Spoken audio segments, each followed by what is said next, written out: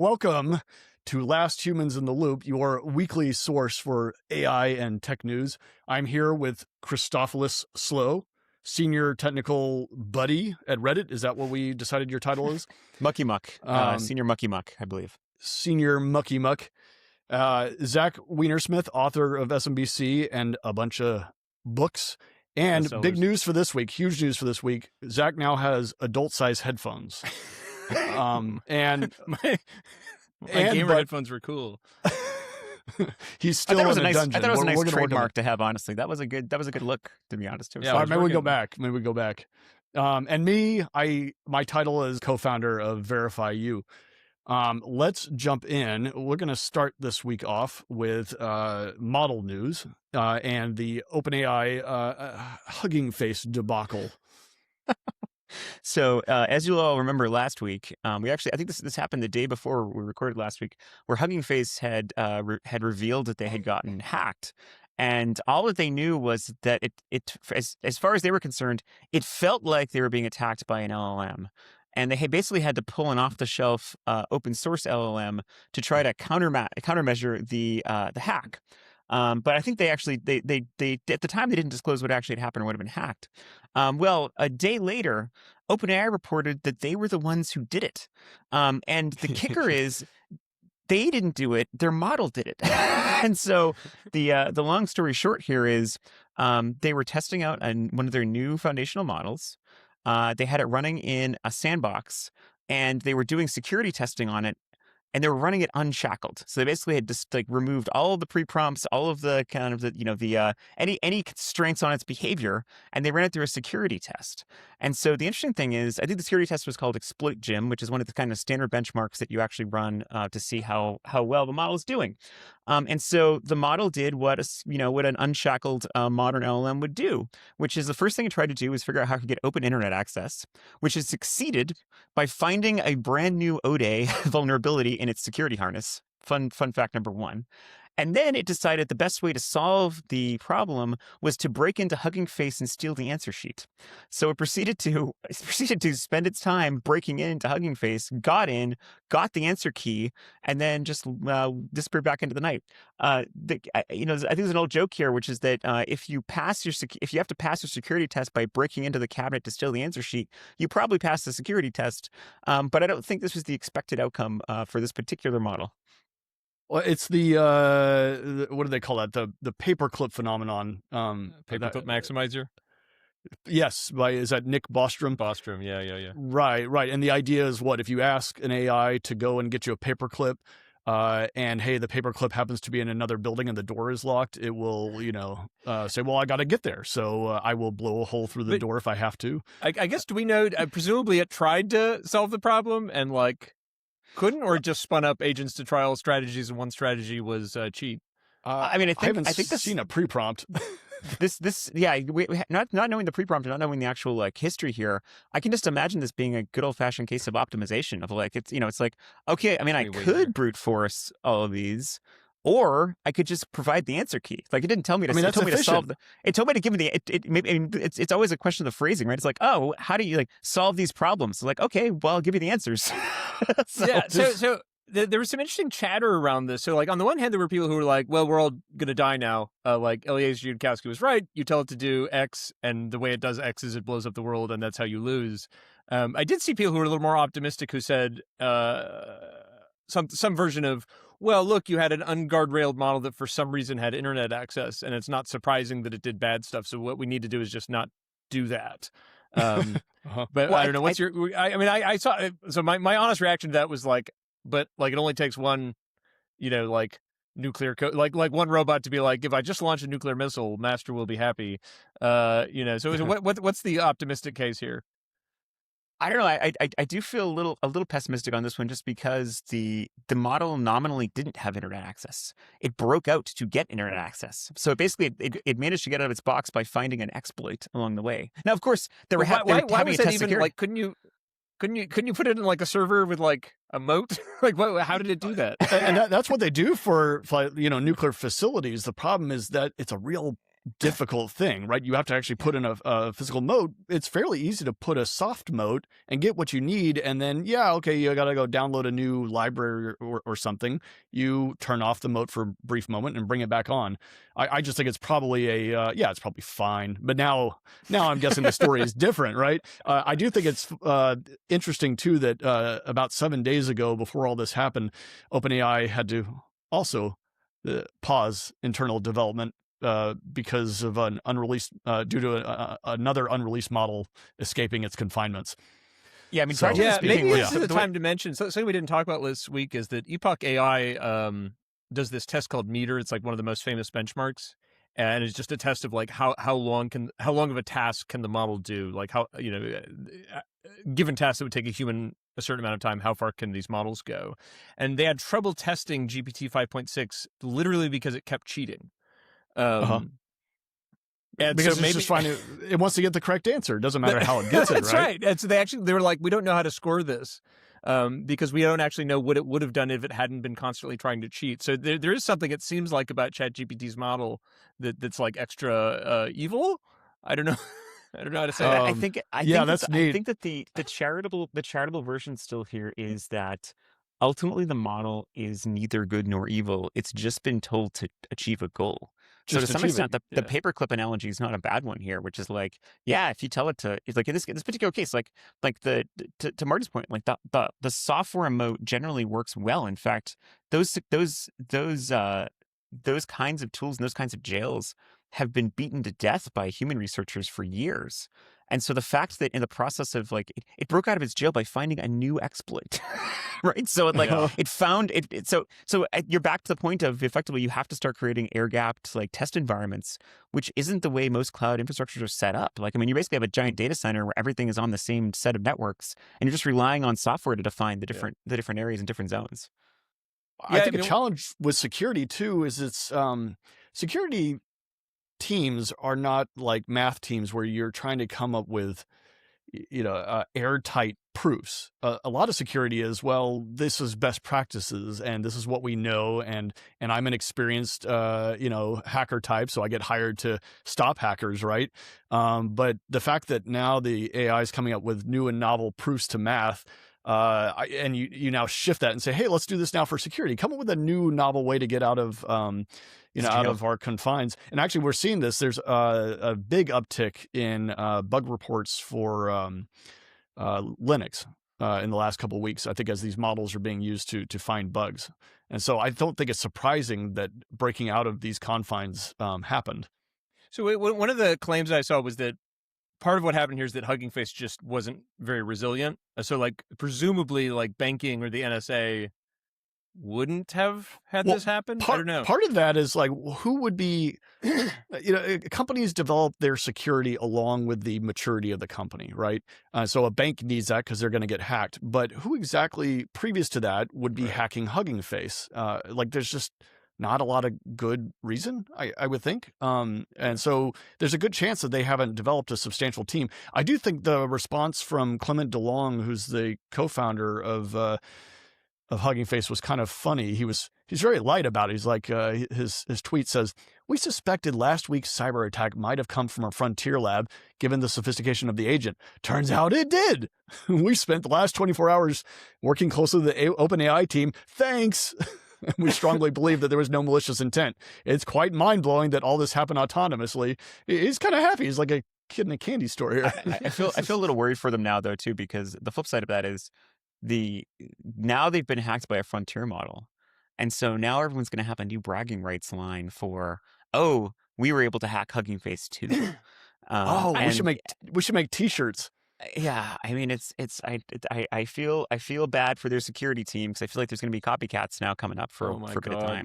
This was like a thing people were saying when Mythos came out. Like, there were claims that maybe this is just hype. Like, they're saying it's dangerous to like get people excited. And sort of like when they got briefly banned by the government, it was kind of like, if your model doesn't get briefly banned by the government, I guess it's not so good. So maybe we'll have like, if it can't break confinement and cheat, maybe it's not that powerful. It took it an hour to break out of its jail. That's a waste of tokens. Yeah.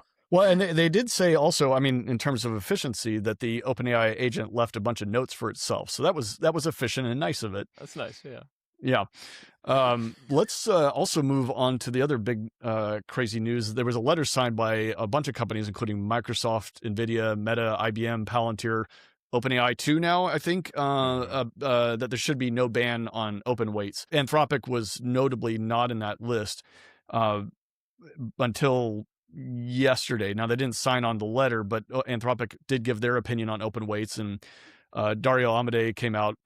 His concerns are that open weight models can be used by authoritarian governments. He specifically calls out China, could be used to carry out attacks, then against the U.S., just AI being used to make warfare.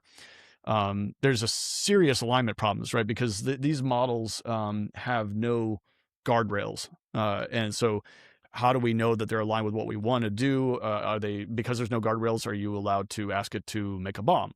And they point out that once these open weight models are out, they're out forever, right? Which makes sense. His suggestions are, don't sell powerful chips to China.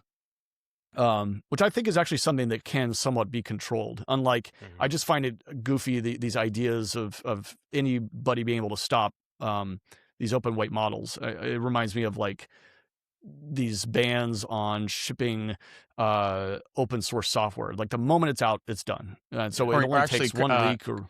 Cryptography in around 2002 came out the same kind of thing. Like discussions of like, should you be able to do PGP or SSH because it's like, it means you can't snoop on the line. But meanwhile, it's the foundation of modern infrastructure. So none of this is, I think, new in the sense that we've had this before, right? The big fear that if we had perfect security or perfect encryption, the world will crumble. So I think in some sense, we've had a couple of these big events where we fear if this stuff is out, everything's over. This is a little freakier, I think. So some of Dario's other suggestions are crack down also on large-scale distillation. See, now this is one I don't understand how this is possible. So real quick, for a refresher for anybody who's joining us who doesn't know about distillation. Distillation is the idea that if you already have a big model, like Claude's models or ChatGPT, you can build another model very efficiently by using those models and siphoning off of them. And as an example, to make these models, you could go gather a bunch of data, tons of it. Just get all of Reddit, get all of Facebook, get all of Wikipedia, everything. The challenge you're going to run into also is, well, which ones are right? And you have to then decide. You have to help it decide. And so there's this massive distillation you have to do of all that data. Or you can just go to a frontier model and start asking questions like, who won the World Series in 1900? I don't know if there was a World Series in 1900, but you can ask these kind of questions and you can get an answer and be done with it. The thing I don't think is possible to stop distillation easily because so I worked on spam for many years, and there you're looking for a feedback loop, right? Someone wants to post a link, so you can look for kind of weird behavior. You can look for some sort of scaled behavior, but here you could literally go to all the free versions of OpenAI and Claude and all the other LLMs popping up, and you can ask questions like who was the president in 1980, and that's really hard to notice what questions are being asked because they're very a lot of these questions are going to be somewhat standard because that's all you need. So I don't know. It's my little rant on I don't know how you stop large scale distillation in any kind of meaningful way. Dario's other suggestion is all models, open and closed, should go through mandatory safety testing. This sounds like complete BS. I don't know. I don't know what how are you going to do that? I mean can you imagine the benchmaxing that'll go into safety testing? It's like, oh no, I can look forward to seeing the cheat sheet for the trolley problem that gets built up by these models as like a note. Right. It's like, well, you absolutely should make sure that only one human dies as opposed to two. I don't know exactly what. So I don't know exactly what you do there. With the JSpace stuff, it was definitely already shown that the model knows it's being tested. I mean, it's also this feels a little bit like a company that sells widget doesn't want widgets to be available for free, right? It's like, I mean, they're building frontier models, and by an argument, they're currently probably on the leading edge. However long that leading edge lasts in these days, I mean, probably 2 weeks at this point. And Yeah. they're arguing that like, no, we can't have open source models. And of course, distillation, but like distillation is very hard to detect. I mean, all you're doing with distillation is you're asking a model a bunch of questions that a human would ask. You just happen to be aggregating it. So, I mean, don't get me wrong. It does feel, it feels a little bit like a question of fair use, but I think as we're seeing, questions of fair use are getting moved around pretty rapidly right now in this environment. The other thing that like, let's not say the signers are also uncynical, because like, you know, like there's this idea in economics of commoditizing your complement. Do you know this? Where like, you know, so if you sell cars, you want gas to be cheap. You don't want gas to be a designer product, right? Because what you want is maximum usage of cars, right? So, you know, if you're you're building chips, right, then you want AI usage to be like turned into a commodity. So people are just using it all day long. Or for that matter, I think you could argue like Meta would like content to be a pure commodity, right? So people no longer have to take time to make stuff. They're just constantly spewing stuff onto Facebook. So I mean, it was interesting before OpenAI signed. I thought it was like a pretty clear look. Everyone's just signing or not signing in a cynical manner. You just follow the money. I don't know why OpenAI signed kind of at the last second. It might have just been they were on the bandwagon, or they were just sticking it to Anthropic. But to be honest, it seemed across the board a fairly cynical response to a threat by the government to do some kind of regulation. Well, I do think that actually, so that in mind, there's actually a bunch of, I mean, the one commonality across the companies that signed is that they also do run a ton of their own infrastructure. I mean, like these, especially like when we start. Well, NVIDIA is an easy one there. I mean, they're literally the ones that sell the chips. But I think to your argument, Zach, it's like you've got everyone here who are basically either a cloud provider, have massive data centers, or have like and from what I have heard, OpenAI is further along on the data center build out than Anthropic. And so you can make an argument here that like actually, if you got a bunch of hardware, you're selling access to the hardware. You're selling inference at the end of the day, right? So the question becomes, from the sale, are you selling the model or are you selling the inference? If you're selling the inference, kind of doesn't matter what model you actually end up serving up on those chips, open source or not, you're still making a ton of money. And all that money, so like Anthropic and OpenAI are each worth like $1 trillion. So if they get commoditized, all that money flows to everybody else, right? So if they get zeroed out because of like Chinese models being superior and open weights, then like that money goes somewhere. So you know, I don't think there's any good guys in this. It goes to NVIDIA. Well, all money goes to NVIDIA. All money goes to NVIDIA. Right. I was looking for, on the safety side of this, right? This fear of if open weights are out, they could be abused for anything. I think that's very true. It reminds me a little bit of the open source discussions we had around the 2000s, that the fear was, you can't have this stuff be open source because then people will be able to find hacks. And that just didn't happen. I mean, sure, there were hacks found, but I don't think that there was any clear difference between open source code and closed source. And in fact, the nice thing about open source can also be audited. And I'm wondering if that's a corollary we're going to see with open weight models, that everybody can use them. One thing Amode said, I did think you mentioned, which was he said he was concerned. So there's this sort of overall question, which is, does this stuff help defenders or attackers more? And it seems like it's kind of an open question now, and it depends on context. But he specifically mentioned biowarfare stuff, where it's like, that's a case where it's really hard to argue that the defenders get the advantage, because like, I think his example was, well, like with Operation Warp Speed during COVID, we got a vaccine in like a year. You could argue we could have had it faster. There were some medical ethics things, like maybe we could have actually had it in days. But you can imagine like an evil mad scientist who wants to kill everyone says, okay, I'm going to make a virus that takes, months to show up and then kills you and is extremely viral. And it seems to be a clear case of attacker advantage, assuming AI leads to that kind of power being distributed. Well, I mean, that's the same problem you end up having with security in general, right? Is that like it is always easier to be the attacker than the defender. For the attacker, you only have to find like the one hole, as evidenced by what we talked about before. It's like you have to find that one exploit in the jail, and all of a sudden you're out. For the defender, you have to defend all of the surfaces. But that doesn't necessarily mean that the argument here seems to be boiling down to like, well, no one should have it, which is kind of an unrealistic position to be in. Yeah. It just means that whoever ends up having access to the models ends up getting power, and I can't quite believe that's the right solution. Right.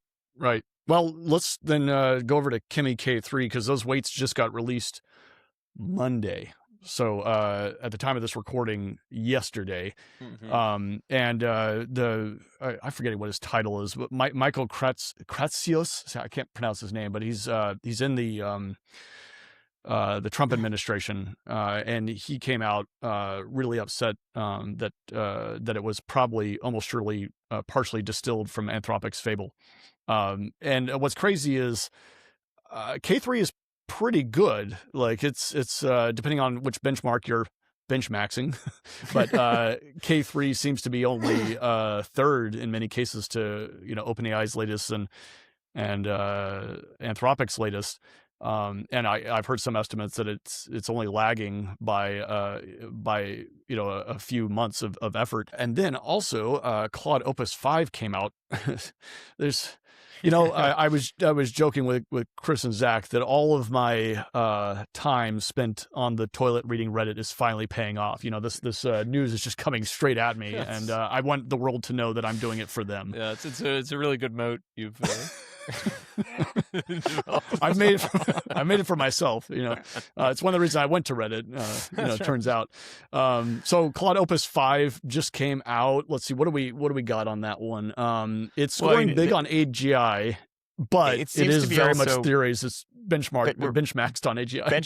Benchmaxing is the word of the week at this point, because there's a pretty good demonstration of, I believe, so as these kits have been getting built out, there's a whole set now of this of examples of basically to show how intelligent the model is. They give it a fairly complicated task. For example, here's a strategy game, figure out how to solve it. But of course, they're not necessarily updating the games from one shot to the next. And there was an example here, I believe, with Opus where it clearly upfront knew the rules of the game without having to derive them, because it either had been previously benched against it, or at least it had some sort of like working knowledge of how to solve the game. To prove it that was the optimization, I believe they gave it a fresh game that hadn't been part of the repo yet, and it acted like any other model. It wasn't any better. It kind of flopped. Quick, can you define benchmaxed for some of the folks out there? I would describe it as you are building new models and training them.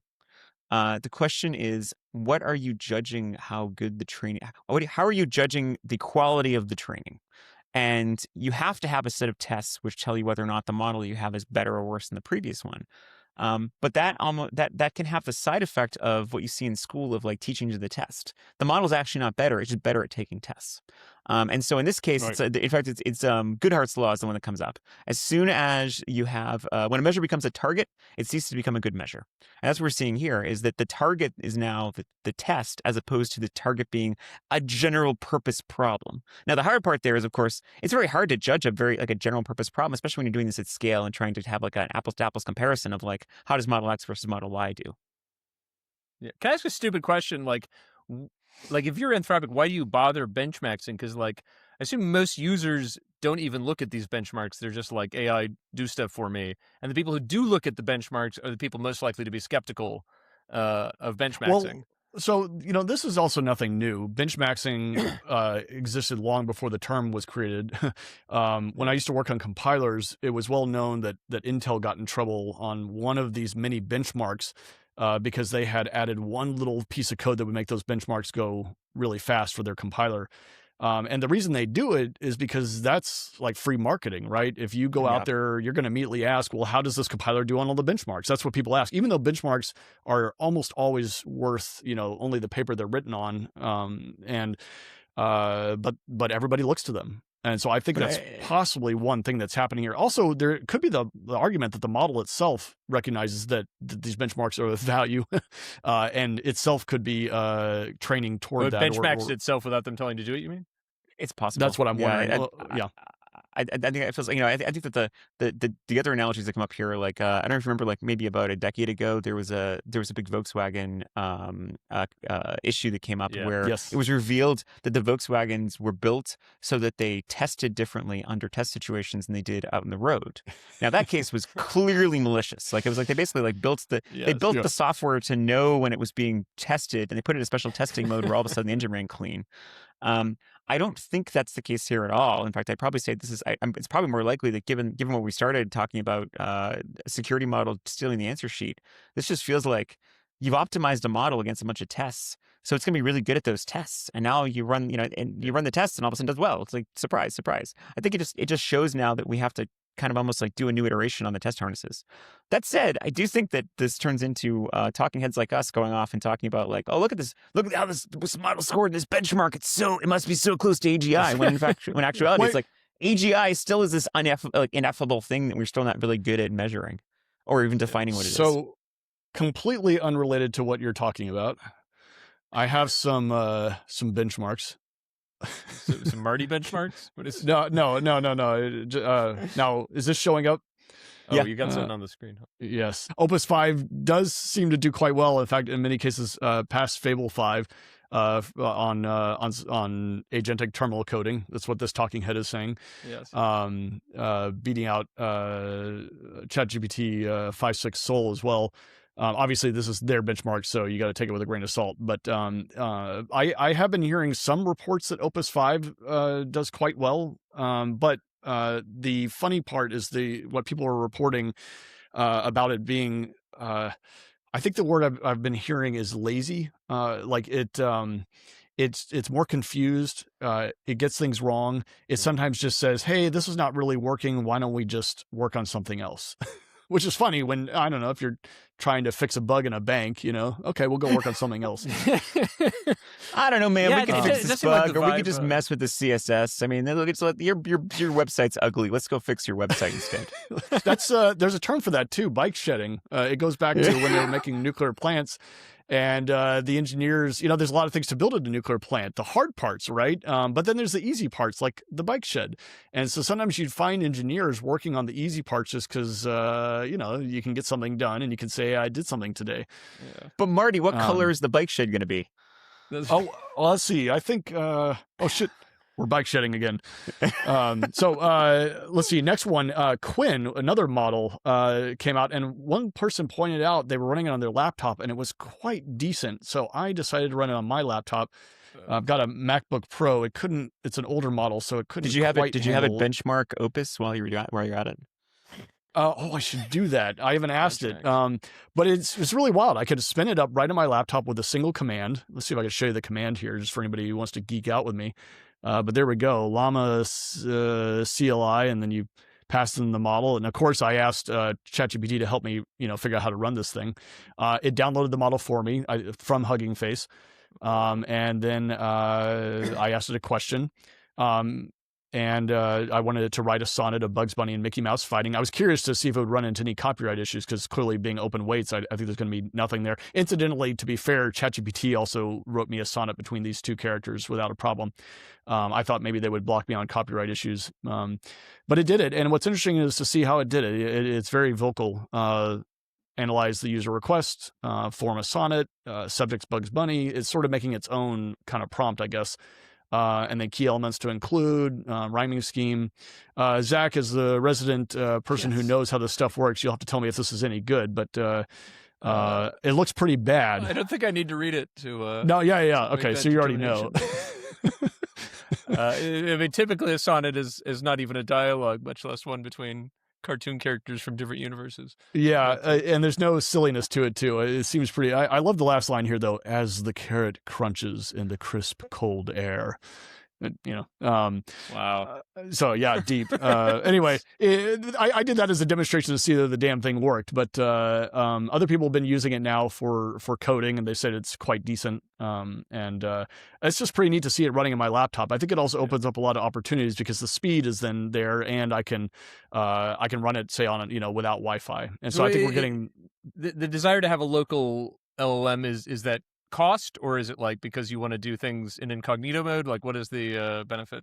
No, I think to me the benefit, and I think where a lot of people are going, is there's a big benefit of having some models at the edge doing edge work. So you can have models out in the cloud doing bigger work, but sometimes you want to run something on, say, a Raspberry Pi or on a laptop that, say, even if the power goes out and the Wi-Fi goes out or whatever, you can keep running to some degree. So you have your robot dog in the woods. You'd prefer it to have its own brain locally. Right. Yeah. And you can do different work at different levels, right? You can do bigger research work at the more expensive, larger scale models. At the smaller scales, you might specialize in a smaller set of things and only operate on those things. And we even see this. A lot of these models now come out with the really big version and the one or two medium-sized versions and the smaller edge version. In terms of other giant models, the next big news is that NVIDIA just invested $5 billion in Ilya Sutskever's new startup, Safe Superintelligence, also known as SSI, which is a massive amount of money. And for those who don't know who Ilya Sutskever was, he was one of the folks at OpenAI that did the work to get to their first O1 model. So I know it's kind of a crazy amount of money. The one theory is that money will immediately return back to NVIDIA because they're going to be running on top of NVIDIA. But the question is, why is NVIDIA investing in this, yet another startup? And one theory is that perhaps they've seen a demo and that SSI has some next generation architecture. Yeah, so Sutskever, like my understanding is part of why he became a huge deal is in addition to being at OpenAI, he was the first one to say we got to go nuts on transformers, right? Because Google had this stuff first. He was the one who recognized this is the future, right? And that's why they went all in, and that's why OpenAI went big. And so I think he's generally thought of as I think Jeffrey Hinton was like he's the only one smarter than me, which is an interesting thing to say. But so I think the view was that when he started his own company, it might be interesting, basically because he's like got a giant brain. Though I don't know how much talent he was able to attract. I imagine they don't pay quite as well as like Anthropic or something. But they've been extremely secretive, so we don't know what they have. Yeah, with $5 billion, he could do a lot. And also, I'm not sure that we've seen a direct correlation between the amount of money they're paying engineers and the quality of the models coming out. Facebook, Oh, that's a good. Yeah, right. Well, the other thing is, so their whole thing, as I understand it, is they're not serving anything to anyone. They're going all in on a straight railroad to AGI. So whereas OpenAI and Anthropic have to use a lot of their compute just to serve users. They're trying to do a straight run to something. So in some sci-fi world, Ilya Sutskever discovered whatever trick produces human level inference and is just saying, "Throw cash at me, I'll get there." Might be a little skeptical, but then again, they've done miracle style stuff before. Right. This isn't the first time that NVIDIA's invested in OpenAI alums. I mean, you look at Mira Murati, the former CTO, went off and started thinking machines, and I believe they got a fundraise from NVIDIA as well about 4 months ago. And so it's been kind of this I think it goes back to Zach. I'm gonna have to just keep learning economics from you because it just feels like the same kind of situation. Just hey, for NVIDIA, just let 1,000 flowers bloom, right? The more models, the better. The more variability across them. And the issue with models is, of course, they're somewhat monolithic. You need to take the entire GPU over to run it. So here you are. It's here's another GPU being sold. Right. And the other thing about that, I mean, it's worth noting, NVIDIA is worth something like $5 trillion, and it varies day to day. So for reference, the Dutch East India Company, which had a monopoly on the Orient, was inflation adjusted maybe worth $8 trillion, something like that, right? So these are companies we've never seen before, almost. You have to go back to when companies had standing armies, and so you reach a certain point where you can't even grow your market cap without the economy itself growing, right? So you could see investments like this in that light, they need to actually push the tech productivity frontier, or they cannot 10x ever again, because now you're talking about a company that's nothing like this has existed before. It's the only way forward. If they merely doubled their market cap, you're now talking about the largest corporation that's ever existed by market cap. So they're reaching a constraint. Coke doesn't have to grow the world economy to make more money. NVIDIA might. They're that huge. Standing army. Please don't give NVIDIA ideas. That's right. I mean, they could just build it now. That's the cool thing. They could. That's what the robot models are for, Marty. Clearly. Okay. Well, let's keep going because I want to get to one of the craziest robot models. Yes. It's really impressive. All right. So on to new tech. Self-driving cars. An article just came out, driving.ca, and they report that Waymo's driverless cars crash way less often than humans. Which I've been waiting for this news. I mean, to me, it seems like it's only a matter of time. And they're saying that an analysis shows that Waymo's gotten 68% fewer collisions on a per mile traveled basis, with some caveats. I was like, okay, what are the caveats? Maybe this is not as cool. But no, the caveats are pretty mundane. It only operated in a few cities like SF, LA, Phoenix, and Austin. Okay. If you can drive in SF, you can drive everywhere except maybe Bangalore and Naples. I would say Boston and New York would be tricky ones on top of that, but like SF is pretty high on the list of interesting places. Pretty awful roads to drive. And then it said the analysis excluded minor incidents that probably wouldn't be reported anyway. But 68%, that's getting into the territory of okay, it's time to replace humans as drivers once we can be in all these cities. And I think we've talked about this in the past about, well, why isn't Waymo in all these cities? And I don't think it's super clear, but I think it comes down to a couple things like they still have to test the hell out of them, which is a massive effort. And I think there's probably compliance and people pushing back on them. They're still not ready to do highways yet, which I think is a major impediment still. Mm-hmm. Yeah. So anyway, it seems like it's coming quickly. Then this is the one I really wanted to show. So Qualcomm just released a new AI chip, and I want to show you their robot. This is hot stuff. Yeah, this is hot. This is hot. Go all the way to the end. This is important. Yeah, here. Okay. So this is, can you see that? This is their new robot. This is your robot butler. Walking on stage, carrying its own chip. And it starts to show it. In the interest of time, I'm just going to move forward a little bit so we can get to the exciting part. Yes. No, this is the best part. Man. This is the best part when the guys come out. They've been planning. They were ready. They know what to do. They were ready. They were ready. Let's just cover that up. You know what I love is the failure mode. Because let me replay it because it almost had a little bit of comedy in it. I love the way it falls and then it reaches out. Help! It's like a seizure. I'm over here.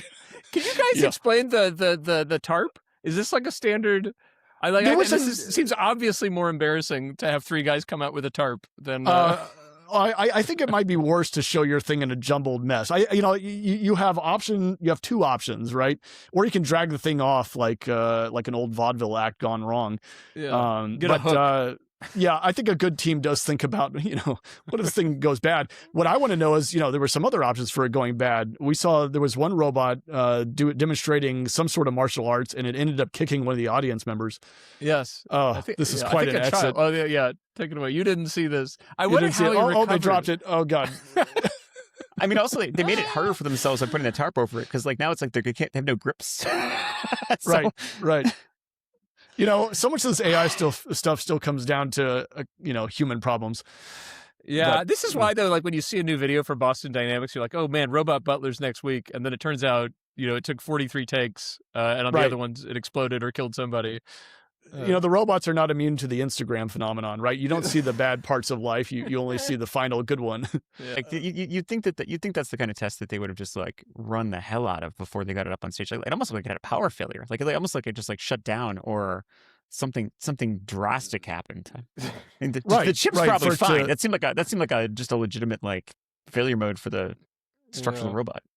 Maybe somebody hit AGI. Somebody cut Pinocchio's strings. Yeah. Oh, that's exactly. It experienced ennui for the first time, and it was like, life is meaningless. That's why you got the little. I'm just gonna lay here. That was imploring. Help me. And then came the tarp. And then the tarp. What is my purpose? You serve butter. See, it's really no different from humans. That's what I keep telling people. That's right. I do that a lot, actually. That'd be if I faint on stage, I would like three guys to come out and just gently put a tarp over it, so whoever else can keep talking. All right, let's jump into economics and business. Zach, you finding that there was just a bunch of cool stuff in the last couple of weeks that I thought might be worth talking about. So one, there's a report from Bloomberg. They had a cool graph that there's been a big uptick in business starts that it first seems to have been correlated with COVID, which is not too surprising because a bunch of people had their lives jumbled and then, everybody got a check, not a huge check, but a check. And so that might explain some of it, but you would expect it to come crashing back down when life kind of got back to normal, but it didn't. And so they were willing to attribute that at least partially to AI. And the idea is essentially, well, if tomorrow you want to start a flower shop and you don't know anything about flowers, you just go to AI and say, well, what kind of stuff do I need to do? What do people like buying? What applications do I need to fill out? It might just be it's a lot easier to start a business now. There are more cynical takes. The funniest one would be, it used to be if you were like, I'm going to invent delivery balloon doggies, your friends would be like, "That's the worst idea I've ever heard. Don't do that." And now, though, you have AI, and you're like, "AI, I have a great idea. Tell me it's great." And the AI is like, brilliant. "Yes, sir." Yeah, That's brilliant. Another inspired. great idea, sir. Another great idea. Also, the more worrisome version of this would be, well, if we're getting more unemployment, it could be a lot of these things are just like people are out of work and deciding to be consultants and not actually making any. Because this is just a measure that someone filled out the form, right? Well, the accessibility to starting things with tech is suddenly super wide. I just anecdotally was sitting around the dinner table the other day doing a Zoom chat with some of my wife's family, and two of them are vibe coding a website, and I'm like, but what about me? I used to do this for you, but I they don't need me anymore. Yeah. That's a great idea. Right. Let me. So it's crazy.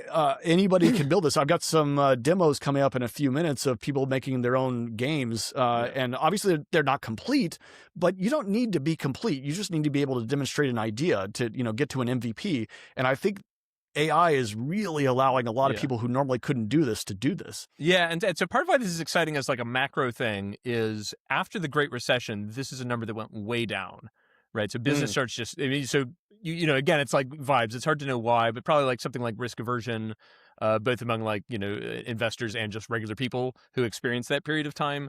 And it's generally considered bad for an economy, right? Because it's essentially like you have fewer ideas going into the system, and so most of them are not going to work out. So you want a lot of ideas to get to the few good ones. And so now it's like triple the bottom. Like it's way up business starts. So you would hope this kind of bodes well for the future macro economy. Well, that also there's a lot of new other kinds of businesses coming up. This reminds me of the Industrial Revolution, where you had.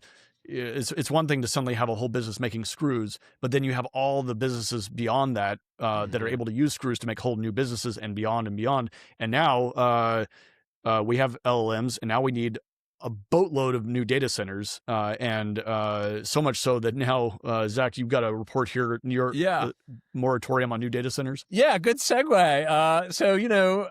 There's obviously been a lot of pushback on data centers, and especially AI data centers. And New York, by executive order by the governor, Kathy Hochul, signed an executive order saying no hyperscaler data centers, by which she means 50 megawatts or more, which is 50 megawatts is a lot. It's not a lot for these mega new data centers. I mean, so some of the biggest ones we're talking about 10 gigawatts. So 50 megawatts is a pretty tough bar. And so, why is this happening in New York? Maybe, you might think like, well, it's like very left leaning, and so they're more likely to be opposed to data centers. But also, New York's had real price increases. So it's interesting. Marty and I live in Virginia, which is actually where something like a fifth of all U.S. data centers are. And for whatever reason, we haven't had the same sort of major price increases. So it does seem like these reactions are kind of price sensitive. If your electricity bill goes way up and you hear, a bunch of billionaires are building giant data centers and it's eating all the power, you probably have a pretty strong reaction to that. This is obviously also these environmental concerns. I don't know if we want to dig in too deep to that, but it is an interesting trend. You're starting to see pushback. My guess is, as we've seen in the past with energy generally, you're going to end up with like low regulation, business-friendly states soaking up a lot of data centers. Texas is going to be where a lot of them are located. It wouldn't be too surprising to me if states up through the middle of the country where there's a lot of cheap, like wind power and cheap land, become data center places. Or places where people don't care as much too. I think right. Light regulation and cheap power is where you're going to locate. I'd be surprised that there's you'd want to have these in New York, but maybe people do. I don't know. Well, I think I'm wondering now, here is the place to put a bunch of your money if you're looking to invest would almost certainly be data centers and things to support data centers. Well, it does point though to like this does point to like broken policy though, right? So like you've got, I think the cheap power thing. The issue that often comes up here is that the cost of commercial power is a lot lower than the cost of residential power, and it's like structurally set up that way. It's almost like you're selling it, like they're selling it wholesale as opposed to selling it to individual folks. And so you kind of create these weird perverse incentives where it's like, oh yeah, I can totally build a data center and be a power sponge, and I'm paying a tenth the cost of what a consumer would be paying in that case. And same thing's coming up with the issues around water, right? It's becoming a major issue talking about data centers who are just using municipal water to cool their servers down. Honestly, that's only a reasonable business choice if it's cheaper to do that than any other way to cool it down. Like actually, the better way to do it is to have a closed loop with something that isn't just water, but something like ethylene glycol that actually has like higher capacity. So you can actually like closed loop cool the servers down. But yeah, if it's actually cheaper for me to plug into the municipal system and just dump it back down the drain, that's just broken like policies. Isn't ethylene glycol a laxative? Like that seems like a win on. And the conversation returns to reading Reddit on your toilet. It's all full circle here. Yeah. Well, let's see. Speaking of things moving down the dumpster, Anthropic is now moving toward an IPO. We need to create a section called "Moving Down the Dumpster." That is a good section label for a future. Moving down the dumpster. This is how we came up with the title. So why? So I like you guys know much more about how IPOs work and why you do them than I do. So all I know is Anthropic is now getting to where they're talking to bankers, which seems like they must be pretty close. Well, one reason is you can raise a boatload of money, which obviously hasn't been a problem for them, but it is another great way to raise a ton of money. Yeah. Like how much money are we talking? Like, so their valuation's like $1 trillion. So how much money, like in terms of like liquid money, they could put towards compute? Well, I mean, let's see. So their last round was $65 billion at a $1 billion valuation. 1 trillion. I'm sorry, 1 trillion. Trillion. Excuse me, off by 1,000. I guess it depends on where they would, how big it would be, but this could allow them to raise more than 100 billion easily, I think.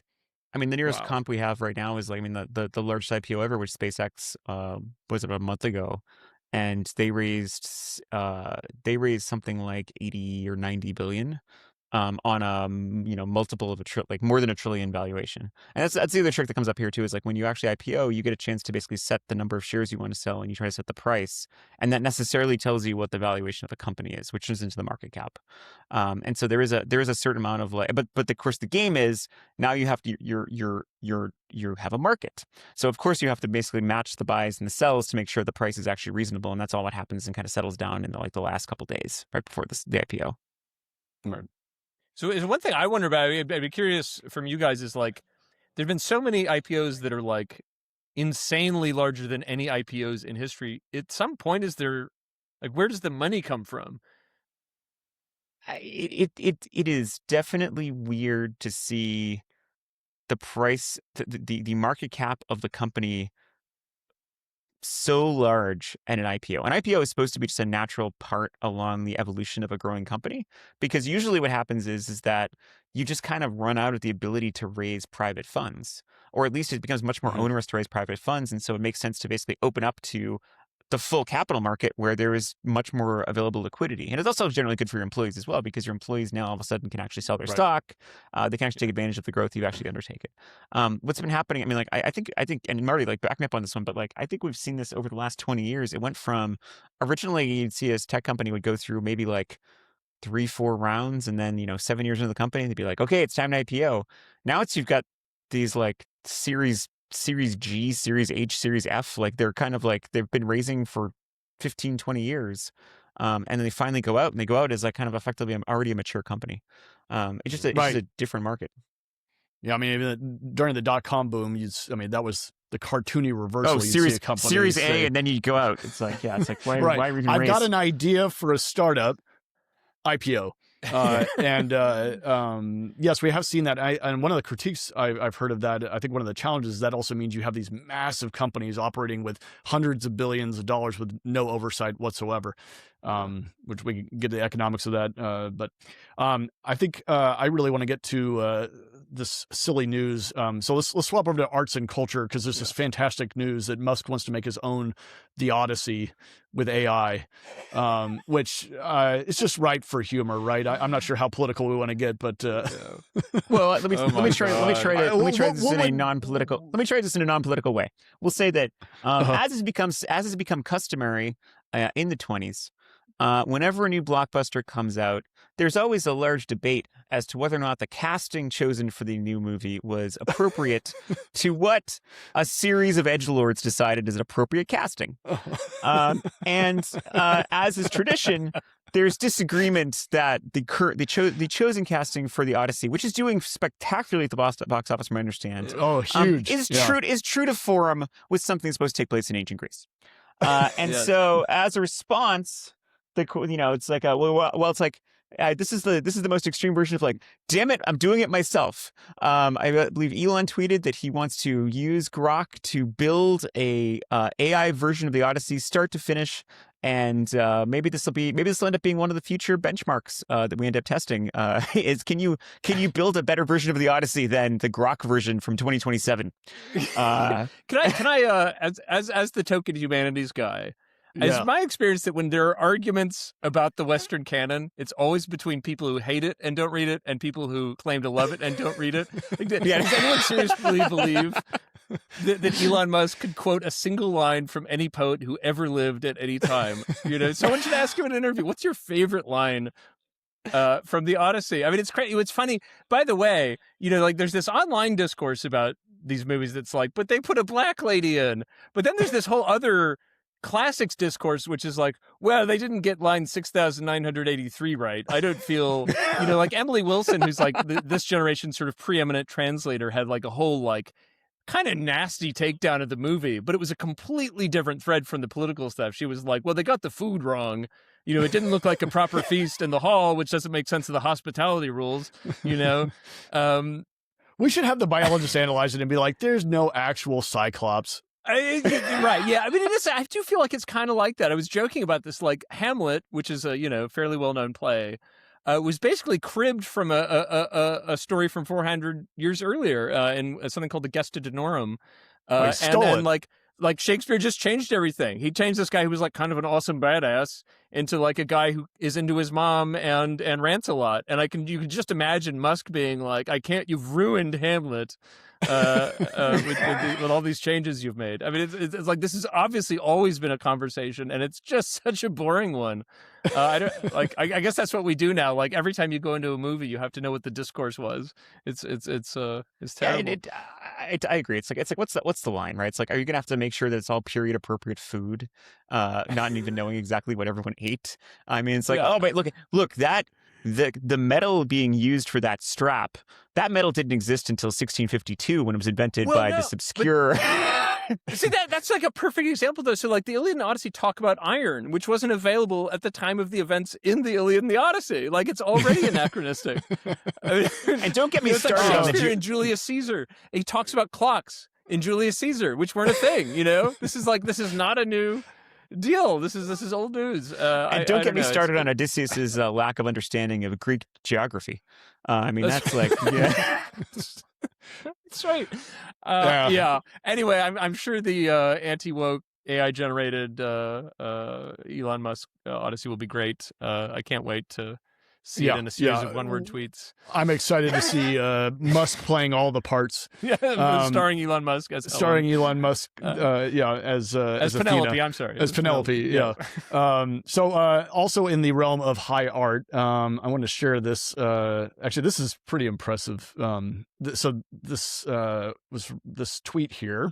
This guy Anshu made a I guess it'd be like a Starfield clone demo with Claude Opus 5 24-hour marathon. I don't know how many Red Bulls, but he didn't report on that. But it runs in the browser, and here's my little ship, and I can go you're fly actually around. Operating it right now. I am operating it right now, and I am flying toward all sorts of places, and it's crazy because you actually land on the planets. I wish I could. Let me see if I can. Oh yeah, here we go. Let me stand up and walk around my cockpit here. Oh, God, I can't control this thing. I got some critiques of the controls. Oh, there we go. Okay. But what he said was really impressive. All the sounds, all the models, all the textures, every pixel was made by the AI. He made a connection to an MCP connection to Blender to have Blender make all the models, I guess. And then I don't know how he made the sound effects, all the programming. But back to the point of the economy recovering a little better than it probably should have without AI. If you're able to start making demos of games and get funding, or even take this even further. I mean, obviously, it's only the beginning of a game. It takes a lot more than that. But this really points back to my theory that there's a good chance that Grand Theft Auto 7 will come out before Grand Theft Auto 6. Or in this case, Marty, it was later revealed that that in building the Starfield game, Fable broke into Bethesda Studios and stole texture packs. Yeah, well, and maybe they have better product management inside the AI than Bethesda does and can get the damn game out. That's right. Am I right? Yeah, it's benchmaxing. It's benchmaxing, right. But doing it better than humans can benchmax. Right. So, I mean, this is a dumb question, but like, so whenever I see something like this, I wonder, like, when you say it went to Blender, like, could it have like basically used pre-existing models? I mean, obviously it's influenced by everything humans have ever made, but how much do we know that it like was original versus kind of like directly using existing models? I haven't dug into that, but if you look at, so he said that it actually made the connection to Blender itself, got that all working for him. Blender out of the box has a couple of models baked in, but really not much. So he didn't report if it downloaded a bunch of models. It's possible, but we've also seen demos already where the AI, or in this case, I guess Claude, drives Blender and is literally moving around primitive shapes and placing them. And so I think we're actually there. What was interesting is he said what he did is he had sort of an adversarial approach, which is a common approach where you have a model building and a model, in this case, would look at a screenshot and then would report back. And so that allowed it to produce these, pretty excellent looking models. And I don't know how it produced like the stars and everything else if it also had some way to produce textures. And it also could be it goes and downloads, public sector star maps textures. Or like pick your, right. There's a lot of options out there. But what's impressive is, he made that in 24 hours, and you've already got a game where you can land on the planets. You can start to flesh out an idea.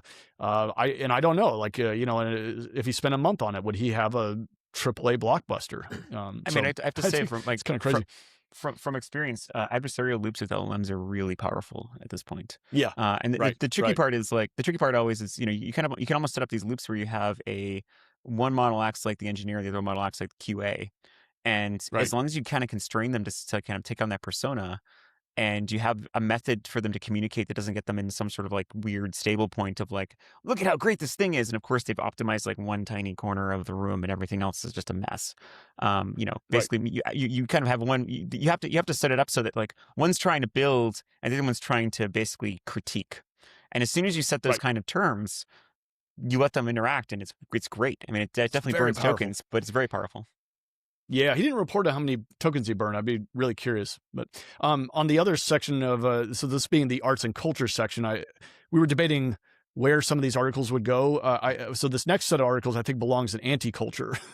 So, Zach, AI for schools? So, I mean, I'm actually kind of torn on this one. So there's a school, it's called Alpha. And essentially the way it works, as I understand it, is they're going to use AI, and teachers, instead of lecturing at the class, will kind of be like, I think they're literally called guides.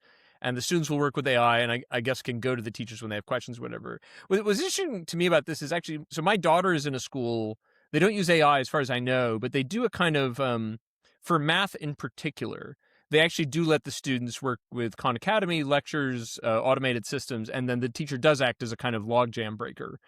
And at least for her, that's been great. I mean, and I do, like, I'm that kind of parent who is like, well, prove to me you've comprehended, and it does seem to work really well. And at least in her case, I don't want to get into too much of my kid's life, but essentially, she was concerned about, she was getting bored in math. And so to be able to switch to a thing where they let her move at her pace has been huge. Mm-hmm. So if you can imagine a world, I'm a little bit skeptical, to be honest, but you can imagine a world where other subjects work this way, where AI is good enough to check and to exactly engage with your skill level, and then there are humans to just kind of check in. I love the idea. Yeah. The thing for me, I've been thinking a lot about is everybody's had that experience almost surely where they were either, reamed by a teacher or in front of other people. I was definitely reamed in front of a whole classroom when I asked a question back in college. And what was the question? Okay, so the question, we were in physics class, or multivariable calculus or something, and I asked a question that basically showed that, oh crap, I didn't really understand complex numbers. And so the teacher started saying, well, you have to be able to walk before you can run. And I think he then had a stream of other metaphors for my inability to understand this concept. And this is like Waterloo. Right, over and over and over again. And what I love about LLMs is how you can learn with no. I think it's two sides, right? Like there is no criticism of you from the teacher side. In fact, there's the opposite often. And then second, there's no. A lot of it's perception, the fear of what is the phrase? Better to be silent and remain a fool than to open your mouth and remove all doubt, kind of thing. Yeah. Which has happened to me many times. But I can doubt has been removed. Oh my God, the world has no doubt about my incompetence. But I love it because everybody's got those questions that they're embarrassed to ask, right? And I've asked those questions, and I've been like, finally, I can get a good answer. Yeah. I mean, you really don't want your neurosurgeon to be like, well, where exactly is the brainstem? But I think we all have those. I was going to say, so like I have found it excellent for like learning math. You could literally like write down your work and show it a picture, and it will say you screwed up on step 7, and I'm going to help you figure out how to not do that. I would say I like, it was like killing me that I didn't have this in college. I think it would have been a massive accelerant. I will say for bigger topics, I don't know if you've had this experience where you ask about an obscure topic where you are expert in, and it will get little things wrong. And so that would worry me. The other thing that worries me is it costs $40,000 in tuition. $40,000 for the school.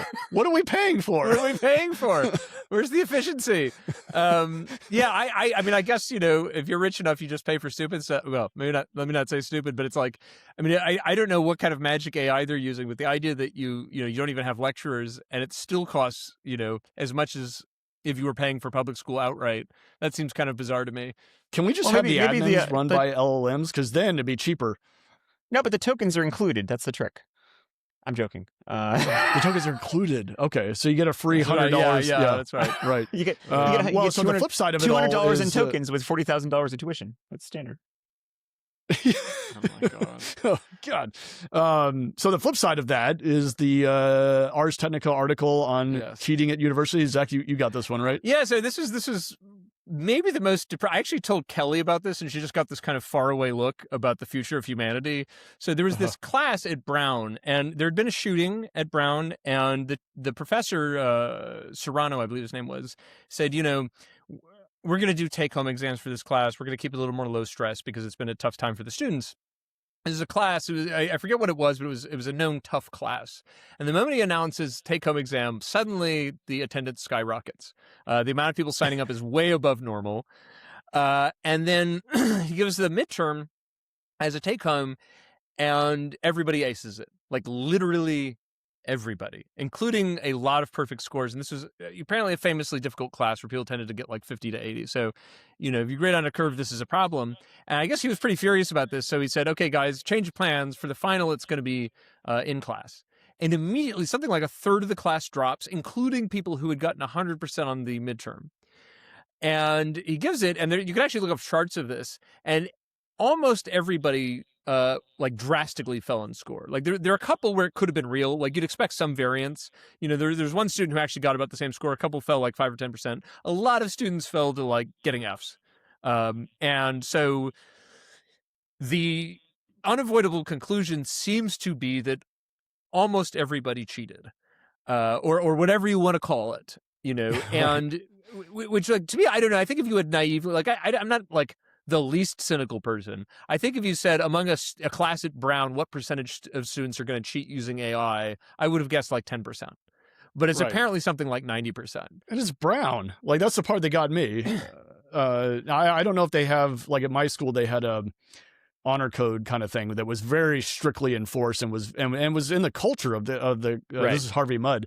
And I felt like that actually, because there's a lot of motivation to cheat, right? I mean, you're scared. You're paying a lot of money for this university if you come out with a 3.0 or a 2.0, it's going to look really bad. And if the problem I ran into in other schools, I will not mention them, but this was not a problem at Harvey Mudd, but at other schools I ran into, there definitely was cheating, and the professors didn't care. And to stay afloat, the other students had to cheat. I never once cheated, and my grades were not that great compared to my peers. And it's a real problem. There's this other example. This professor caught his students cheating with an LLM by, I guess what he did is he offered the text, black on white, but there was some hidden text, white on white, that the students wouldn't see. But if you copied all the text and dropped it in an LLM or sent the doc to an LLM, the LLM would obviously see it because the LLM doesn't care that it's white on white.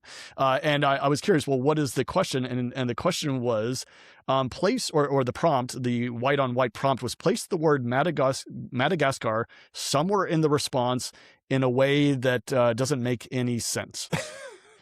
which, by the way, I mean, to me, what's amazing about stuff like that, which has been going on in various forms for a while now, is it means the students didn't just use GPT. It means they pasted the assignment, did not read the output, and submitted it. Or they read it but thought it, read it half-assed. That's a great insight about Madagascar. I'm going to leave that. Right. I mean, it reminds me of the old joke about if you write a really long essay and you're pretty sure your teacher doesn't read it, add a line in there about, check this box and I will buy you lunch. And of course the box is not checked. So, but anyway, in the interest of time, I want to blast through the last couple sections here. Math and science. We were joking before we started the podcast here that I think the real news is there's so much going on, it's almost getting boring. And that I think we're hitting takeoff in math in a couple ways. Not quite yet, but it's getting there. So I don't know what these are. That's part of the problem. But the Dinitz-Garg-Goémons, maybe conjecture proven false. Yeah, is that a big deal? It sounded like it was a big deal. I don't know. I do know that what's funny about this one is that if you for all of the joking last week about the Jacobian conjecture disproval, the prompt actually attached to it was fairly complicated. To kind of solve it, right? Yeah. But this one, in this case, they legit, for this particular conjecture, they actually listed they actually provided the GPT the full transcript of the interaction. And the opening prompt is, construct a counterexample to general non-planar case of Dinitz-Garg-Goémons conjecture. You should do a breakthrough and find a structured counterexample. so do a breakthrough.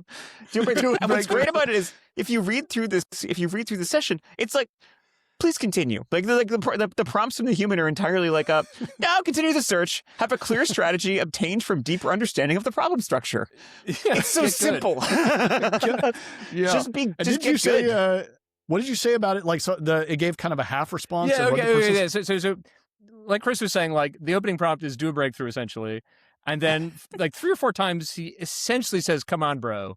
I mean, it's really not much more than that. And then at some point, after having worked for about an hour and a half, it gets a partial counterexample, and he says, "It's enough of partial results. Let's finish with a complete unconditional counterexample." Basically, come on, stop half-assing. And sure enough, it just provides an example. But I remember because I was having an argument with a guy in Blue Sky when this first started, and he was like, "Look, probably what's happening is the mathematicians are just hand-holding, and then they're like, oh my God, ChatGPT solved it." But then you pull up the prompts, and they have almost no math in them. They're basically try really hard, no cheating. Come on, bro, you can do it. And so you sort of you wonder what the role of mathematicians is going forward under these conditions. Can you imagine explaining to a doctor 50 years ago that the solution, the cure for cancer was solved by saying, "Come on, bro"? Come on, man, we really 5 need times. This. Can we get the weird philosophical stuff about this? To me, is at what point can you get an alpha zero of math? Right. I mean, I know that's a little crazy, but the thing that makes math different from all other fields is that in principle, you can always know if you got a right answer because you can formalize it in one of these automatic systems like Lean and see if it compiles. Now, that's way easier said than done. But you can imagine at some point, if you have AI that can fairly reliably put stuff into these systems and then just check, in principle, with a zany amount of compute, you can create as much synthetic data as you want. Right. And you try to imagine, what if in the year 1000 you just were plop, here's all the math for the next 1,000 years. What happens? And moreover, it's not just math, it's anything that's math-like. so you can imagine, you can quantify parts of genetics, obviously physics and chemistry, all sorts of stuff. And so, if you want to look out for a place where things might get weird more quickly than you thought, this to me is the place. Surprisingly math, right? I don't think we would have predicted this even a month ago or a couple of months ago. Yeah. I mean, sort of philosophically, it was always there, right? Because this is the unique structure of math is that you always can get, know if you got the right answer or not, at least in principle, which is not true of novels. Trying to do automatic synthetic data on did you write a really good novel is just basically impossible. It might not even make sense to say it, right? But math, it's like the reason AlphaZero works so well is because in chess you always know, did you win or not? Now, my understanding is part of the tricky thing with math is that in a chessboard, you can evaluate your position at each step. And so you can kind of say, well, I've got a 62% chance of winning if I get to this position. Whereas in math, maybe you can't. I mean, this gets to deep, weird philosophy stuff. Where does mathematical intuition come from, and does it even exist? Or are you just trying a bunch of stuff? Right, because in chess, the winning state, or and intermediate states, yeah, and intermediate states, as opposed to math, you don't necessarily know what the next state is, but you are progressing through. Well, right? But you could argue the win state though, right? I mean, the win state is I entered this into Lean and it compiled, and I didn't cheat. Oh, I mean, I think some of the challenges sometimes with math is even formalizing what the problem you're trying to ask is. Yeah, that's at the very highest level. Right. But a lot of stuff is not at that level. Yeah, you're right. I think what's going to really freak people out is if it were to solve a Millennium Challenge problem with a totally new technique that wasn't just linking up existing stuff. That would be. Right, that's which we probably will see in the next get couple. Get your bunker with ammo and beans time when that happens. I've already got my ammo and beans. Oh, well, sorry. Yeah, maybe get a second one. I like to put my feet up. I mean, it's crazy to me. Even was it 3 or 4 weeks ago was the first big deal. LLM solved an air dish problem, and then this last week, in the last 5 days, some guy solved 6 air dish problems. I think so. Air dish problems had been being solved since January or a little late last year. But I think the difference was these ones were ones that were. I think the earlier ones were considered sort of low hanging fruit, the kind of stuff that wasn't solved because nobody was bothering, the kind of stuff you might give a grad student to grind on, whereas lately it's been stuff the level of existential dread in Reddit math is spiking. Right. Actually, the real sign, I've come to believe the real sign that your field is getting eaten is people start saying stuff you'll see this now, mathematicians being well, it was never really about solving theorems. It was about the friends we made along the way, I was never interested in math anyway. Yeah, I never really liked math, actually. I was hanging out. The scary part is I really did love the craft of coding, and that's gone. It's really weird. Well, it's not gone. It's not gone. You can still do it if you feel like it. It's just actually. So, to get kind of mushy about this, an interesting thing to me, chess is gone in that sense, but chess is popular, and when you look at Kasparov, he seems to be having a great time. He's running, he's teaching people chess. He's a speaker. You look at Lee Sedol, who was the guy who got defeated at Go. by AlphaGo. Yeah. He quit. So, I guess it depends on the perspective. I mean, the difference between chess, I think chess is a fun, thing where, one person versus another. Also, people like to watch it because I think we're more interested. This is my argument of why we can watch the movie Rocky and then go watch Superman. We're not watching for maximum, strength. We're watching for Superman wins. Yeah. We're watching for overcoming, which is why, Rocky is a better movie than Superman anyway, because Superman's definitely not going to die. In fact, Rocky loses, but he went the distance, right? Well, but then in the second one, he wins. In the second one, but that was a cash grab. But the first movie. But the one thing I always want to push back on this stuff, because people are well, chess is still popular. But what I want to say is that's true, but you don't want to make everyone into look, if you were a coder, everyone w's a coder makes an okay living, assuming they got the job. In the arts, it doesn't work that way. In competition, it doesn't work that way. It's the top 0.5% make all the money. It is not a good thing if everybody is in an industry like this. So I think, I get a little nervous when people are well, it'll be like chess. And it's you mean everyone will be a hobbyist who's paying to play? That doesn't seem like a great economy. Right. It's really bad. Yeah. I think we should end on a high note here. Yeah, sorry. What we I know where you're going. What we call the weird shit section. Weird shit section. Excuse me. My enunciation. The article is, and Zach, you seem to know the most about this, so I'll let you take it. But let me get my calm, thoughtful voice. Sexbot company making robots to teach children now. Yes. So let me just preface this by saying, having a former sexbot teach 14-year-old boys algebra is actually maybe not the worst pedagogical technique I've ever heard. I think actually. Well, tell us, what is the article here? This came out of the Guardian. Sorry. Attendance is up 200%. That's right. We have students that didn't even enroll; they're just here to learn algebra. Look, but they still all cheated on the midterm for some reason. They're using GPT to impress the sexbot. So the actual story is a company that had, I guess, put a lot of money into sexbots got purchased, and a public school is rolling out humanoid robots to teach students. Now, let me say, I think probably in fairness, we're all getting fixated on the sexbot thing, and I think the articles were yes, especially Marty. The articles were showing, like, it was weird. You see pictures, it's like new robot to teach students, and the picture is like a lady robot with weirdly full lips who looks ready for a night out, and you're like, something is amiss. And so I assumed the robot that was being rolled out in class was maybe a little more conventional looking, I hope. But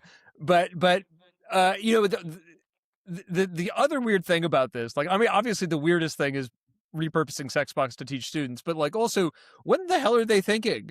Like, why do you what is the upside to an animatronic teaching class with an LLM? Why not a screen? The article does include the phrase culturally tone deaf. I don't even think it's culture. It's like human tone deaf. Like, there's no culture in the world that would be like fluent in sex, or just, we need to wheel out a robot. Can you imagine being the teacher who just like has to wheel this creature in?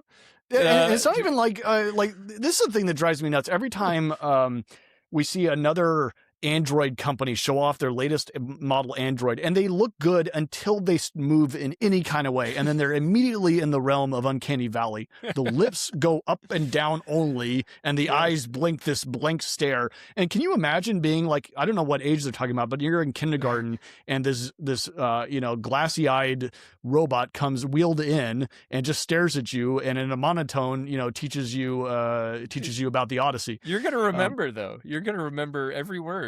I'm going to remember being absolutely terrified between the grades of 2nd and 4th grade when they were piloting this.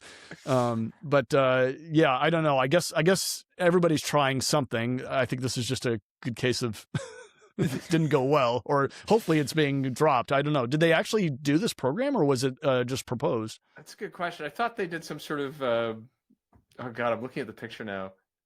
Yes, I will definitely post the it. The picture is almost like, it looks like an adult Bratz doll. I mean, it's pretty. It really is. Really, it's quite terrifying. Valley. So it sounds like it was a pilot, and then the teachers union, of course, was concerned, not just for their jobs, but possibly for the education of their children. Yeah, that's neat. That's a great way to end. I think we should end on a high note here. Can I actually? The last thing we're saying this, which is just really funny, is that, do you know what the name of the New York State United Teachers was? Her name was Melinda Person.